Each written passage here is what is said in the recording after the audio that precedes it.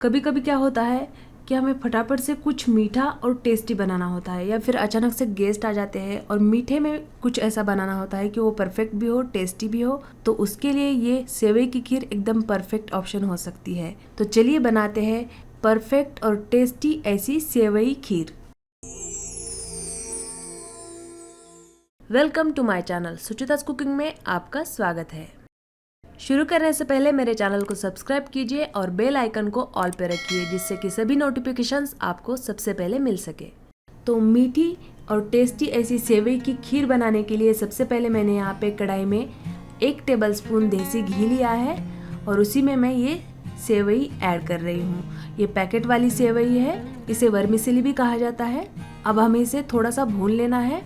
अब यहाँ पे मैंने कुछ ड्राई फ्रूट्स लिए हैं, थोड़े से बादाम और पिस्ता, उसे भी इसी के साथ हम भूनने वाले हैं और अच्छे से अब इसे हमें भून लेना है। गैस की फ्लेम यहाँ पे मीडियम रखनी है।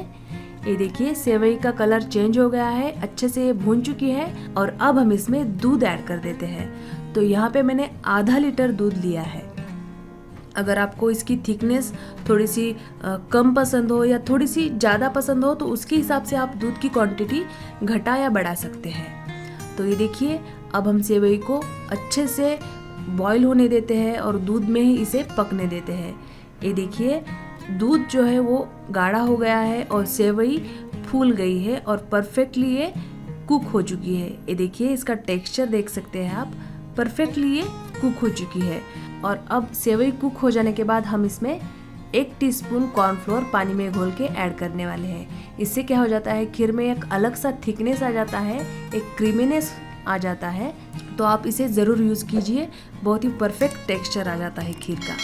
और 1 टीस्पून से ज़्यादा भी ना डालें, नहीं तो खीर गाढ़ी हो जाती है। अब मैं इसमें 2 इलायची तोड़कर ऐड कर रही हूँ, ये फ्लेवर के लिए है, इससे टेस्ट अच्छा आता है। ये देखिए कॉर्नफ्लोर अच्छे से घुल चुका है, आप देख सकते हैं कितनी बढ़िया क्रीमी हमारी सेवई की खीर दिख रही है। अब इस समय इसमें चीनी ऐड करनी है। तो 1/2 कप मैंने चीनी ली है। अगर आपको मीठा ज़्यादा पसंद हो तो चीनी की मात्रा आप बढ़ा भी सकते हैं या कम पसंद हो तो घटा भी सकते हैं। अब चीनी जो है वो घुलने लगती है और खीर का टेक्सचर जो है वो थोड़ा सा पतला होने लगता है। और अब खीर का टेक्सचर आप देख सकते हैं, ये देखिए कितनी शाइनी और परफेक्टली सेवई कुक हो चुकी है इसमें, और बहुत ही बढ़िया टेक्सचर खीर का आ गया है। ये देखिए परफेक्टली कुक हो चुकी है। अब मैं गैस को बंद कर देती हूँ और गर्मा गर्म इसे एक बाउल में सर्व कर लेते हैं। आप चाहे तो इसे गर्मा गर्म भी खा सकते हैं या फिर ठंडा करके भी खा सकते हैं। तो तैयार है हमारी बहुत ही बढ़िया फटाफट से बनने वाली और टेस्टी ऐसी मीठी सेवई की खीर। ऊपर से थोड़े से पिस्ता, बादाम और केसर से मैं इसे गार्निश कर रही हूँ।